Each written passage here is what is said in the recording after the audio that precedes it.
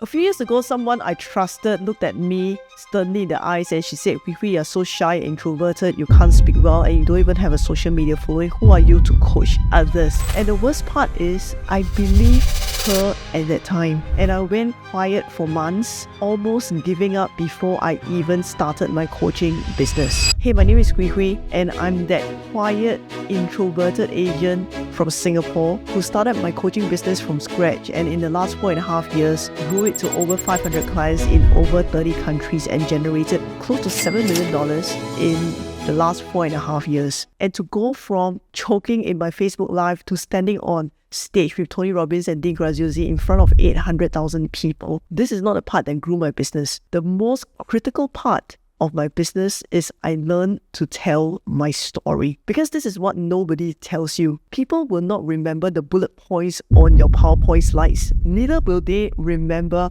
all the contents or the framework that you teach in your presentation. What they'll remember is your story. I want to be able to share with you a framework that I've created to tell your story that all of my clients love, and they use it to tell their own stories. And this story will help you sell better than any pitch that you've created, and it will help you connect with your audience and help you to build a raving fan community if you tell it well as well. Now let's dive in. Let's start with why this works. Because once you understand why storytelling is so important, you will never sell the same way again. When you pitch, you're talking to someone's head very logically, and you're listing the features, you're listing the steps, the logic, and the head is skeptical. The head is always looking for objections. People will fold their arms, they'll look for reasons to say no to you. When you tell your story, you bring people from the head into their heart. And the heart is where everyone makes their buying decision, even logical buyers. So we decide with emotion, and then we use logic to justify that emotion. Please write this down. People don't buy your information, they buy you first as a coach. And the fastest way for someone to get to know you, connect with you, and trust you is by you sharing your story. A pitch makes someone wants to evaluate you, but a story makes someone understand and feel you. And people do not buy from a coach that they evaluate the highest. They buy from a coach that they feel knows them, that they can connect with, has the same values as them, and understands where they have been or understand the struggle that they are in. Your story is how they come to know you long before they ever work with you. So if this is landing for you and you have not subscribed to my channel yet, make sure you hit the subscribe button and leave a comment there and let me know whether you've created your origin story yet. I'd love to read every single comment, and every comment that you leave, the Facebook algorithm will show this video to even more heart-centered coaches just like you, and together all of us will share our stories and connect with more people and change more lives in the world. Most coaches, they get this part wrong. When they finally do tell their story, they tell the highlight reel, the good things, the awards, the results, the stage, the big numbers, and they think that that is what makes people respect them. But the thing is this, the highlight reel, it does not connect with people. It impresses people, but being impressed is different from connection. Impressing people keeps people away at a distance from you. So what actually connects with your audience is your struggle, where you used to be, your before story, the moment when it felt impossible, the moment when you were down at your lowest point. That is where they connect with you. And when you share your lowest point honestly, and sometimes with a little bit of emotion or raw emotion, because it's still a little bit raw for you, and that's okay, something powerful actually happens. They see themselves in you. Because you have been there and now you are here, they see that transformation that they can get to as well. And that's why your story is powerful. If you're just showing them where you are right now, it's not powerful enough. You've got to show them where you were at your lowest point, and that transformation is the one that changes them and connects them with you. This is the part, the struggle part, that most of you want to hide. But this is the most valuable part of your story. The struggle that you survive in order for you to get to where you are here. How do you tell a story that will land for your audience? I've created a framework called the Story Framework, STORY. And I've taught this to hundreds of our clients, right? And everyone loves using this very, very simple framework to tell their story. So let me show you what this is. S stands for scene.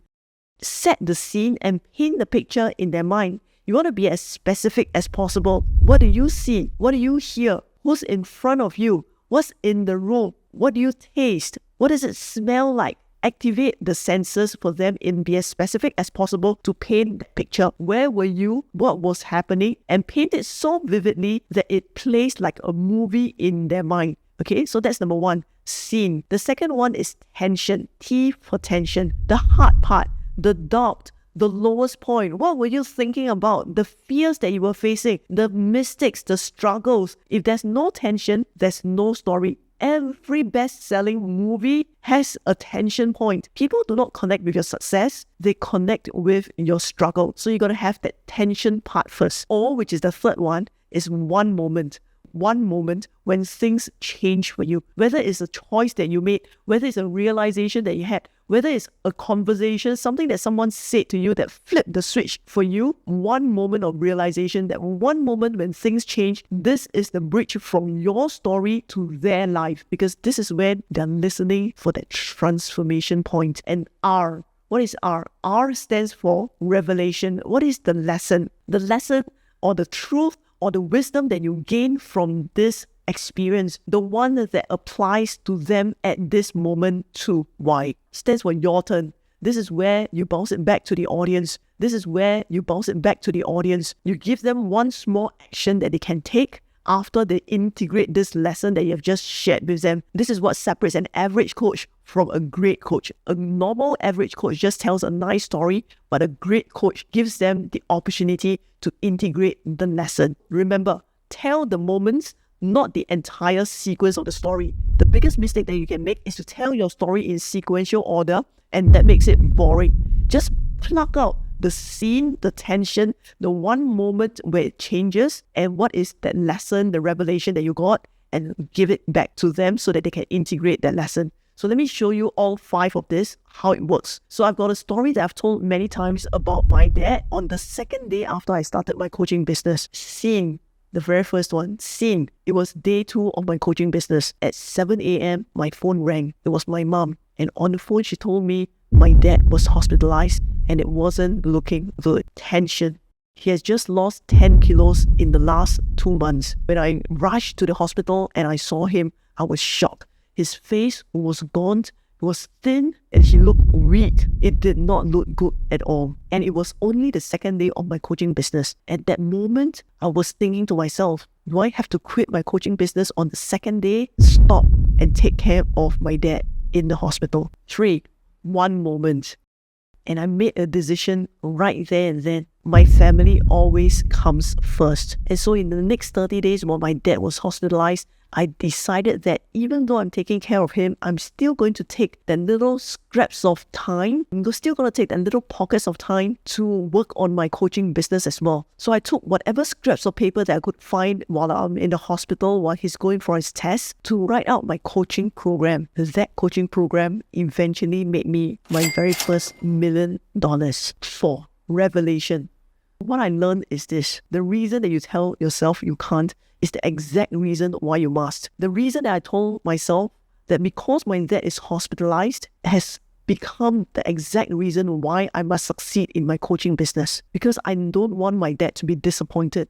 I want him to be proud of me. Even though I lost my retail business, I know that my parents are very worried about me and they think that I might do something drastic. But I want to show them that I can make a comeback. I want to show them that they can be proud of me. And I'm going to grow my coaching business so fast, it's going to turn around and that will put a smile on my dad's face. That was my goal. The reason why you can't is the reason why you must. I made that my big why. 5, your turn.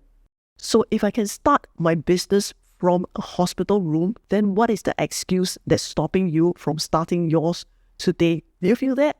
The 5 parts, the scene that you can see in your mind, the tension that you can feel, a clear moment where I made that decision, a lesson that is really not about me, but it's about them, and a turn, an action that moves them to act. This is the story framework in action. And there's more than just telling a story. The real power comes when you build an entire bank of stories. So a different story for every moment that you need, for every objection that you meet, for every limiting belief that your audience will have, so that you can help someone change their beliefs, change their perception, and you can help someone make a decision or one that actually explains how you came up with your method. That is a much deeper topic for another day. So for now, master telling one story first using this story framework, and you will already be ahead of a lot of coaches out there. And if you're still here with me, I know you're serious about growing your business to 6 and 7 figures. We've got an upcoming challenge. It's a 5-day challenge where I'll show you exactly how to create high-ticket offers and how to grow your business to 6 figures and beyond. The link is in the description below. I look forward to seeing you in the challenge. Now let's get back to the video. I know what some of you are thinking. My life is pretty boring and I don't know what stories I can tell. You know what? I am very quiet. I never thought that I'm an interesting person. But let me tell you something that might change how you see yourself. The best storytellers, they're not the loudest people in the room. They're the ones who are the most observant. And quiet people, we notice everything. All those years that I spent watching people instead of just talking, feeling what other people were not saying, just observing, being in the background, and really being able to tap into their feelings, that gave me the advantage that a lot of people do not have. Because a great story is not about massive big arm movements. It's not about having a loud voice. It is not about being charismatic either. It's about telling your truth simply, authentically, truthfully, transparently, and being able to share that struggle and the transformation to the success with feelings and with specific details. And that feeling is something that people can feel, and that's how they connect with you. Don't hold back on telling your story with your feelings and adding in the specific details. It will become the very thing that will land for your audience. So where can you use this story? You can use this everywhere. At the start of your contents, when you meet a stranger, at the start of your masterclass or your event, or when you're introducing yourself, right? So that the room can connect with you before you start teaching. On a sales call, when someone says that they have a limiting belief or they're scared or they're being held back by a fear, you can share your story on how you overcome that in order for you to be able to help them overcome theirs as well, to break their limiting belief. And so you can put your story also on your landing pages. You can put it inside your emails, right? You can definitely share it with your clients because it will inspire them to move forward. There are many ways that you can tell your story, and the more you tell your story, the more you're able to connect with your audience and your clients. You do not need a lot of stories. Start with one first, and once you master this framework, then go on to create 3 to 5 other stories inside your story bank. So this week, I want you to do just one thing. Pick your one story, the real one, the one that resonates with you. Okay, the one that has the struggle inside, and probably the one that you're still hesitating to tell. Write down the 5 parts of this story framework: the scene, the tension, the one moment, the revelation, and your turn. And then tell it on the video, on a post, on a sales call. Imperfectly is perfectly fine, okay? Just tell it anyway, because the more you practice, the better you're going to get at this. The world does not need a more polished version of your story. It does not need a polished version of you. What it needs is you being authentic and you telling your story as it is, so that they can see themselves transform just like you did from your struggle to your success. So you love this video.